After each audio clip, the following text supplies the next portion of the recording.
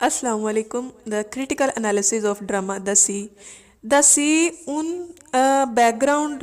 Backward लोगों की narrowness और उनकी स्पेसिफिक मेंटल स्टेट को जाहिर करता है जो अपनी ज़िंदगी में आने वाली किसी भी तब्दीली से डरते हैं।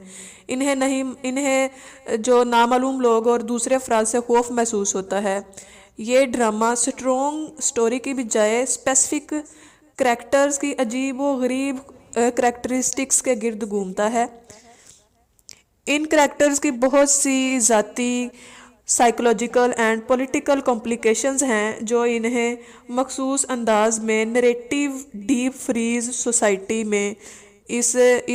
जो सोसाइटी है जो डीप फ्रीज हो चुकी है अपने रवायती तौर तरीक़ों में, वो उन्हें में जकड़े रखती है।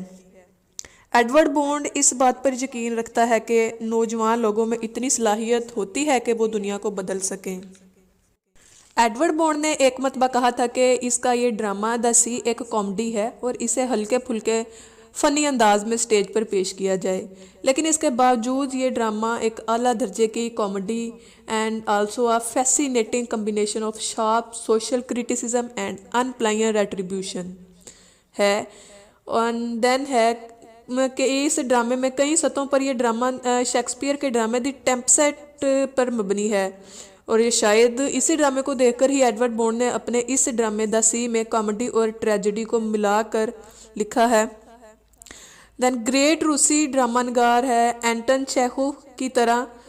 एडवर्ड बॉन्ड भी ये दावा करता है कि वो मज़ाहिया ड्रामे लिखता है, लेकिन इसके मुकाबले में इसके डायलॉग देखकर ऐसे लगता है जैसे इसके ड्रामे ग्रेट ट्रेजेडी ड्रामों की संजीदगी से भरपूर हैं। यानी वो कहता है कि वो ये दावा करता है एडवर्ड बॉन्ड के वो मज़ाहिया ड्रामे लिखता है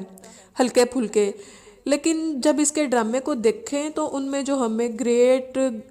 ग्रीक ट्रेजेडी है उनकी संजीदगी नज़र आती है। ताहम इसके ड्रामे द सी को देखकर ये जानना ज़रा मुश्किल हो जाता है कि इस ड्रामे का असल मौजू है क्या और इसकी गहराई में जाकर क्या पैगाम मिलता है। अपने इस ड्रामे में एडवर्ड बॉन्ड ये जाहिर करता है कि इंसान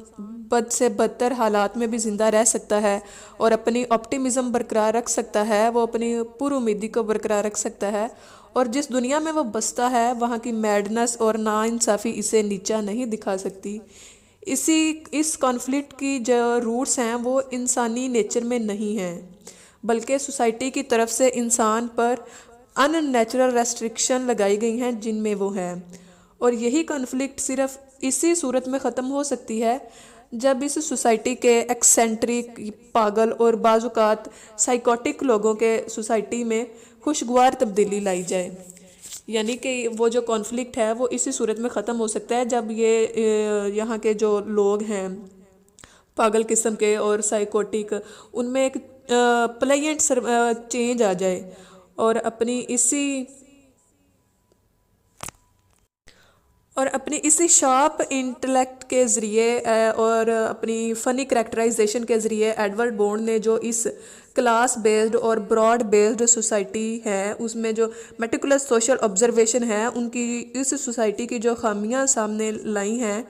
हत्ता कि तब भी जब वो इस चुदराहट दूसरे लोगों की दिमागी हालत को ख़राब कर दे, मतलब जो एक लोग है वो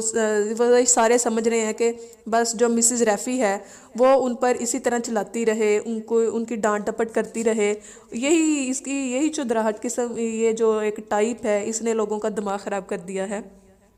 और यही इस ड्रामे का मेन क्रिटिकल एनालिसिस भी है। आई होप आप लोगों को समझ आ गई होगी, अगर नहीं तो एक दफ़ा दोबारा समझ लें, एक दफ़ा दोबारा इस वीडियो को देख लें, गौर से सुन लें। फिर भी तो नहीं समझ आ रही तो मुझे कमेंट सेक्शन में लाजमी पूछें। अल्लाह हाफिज़।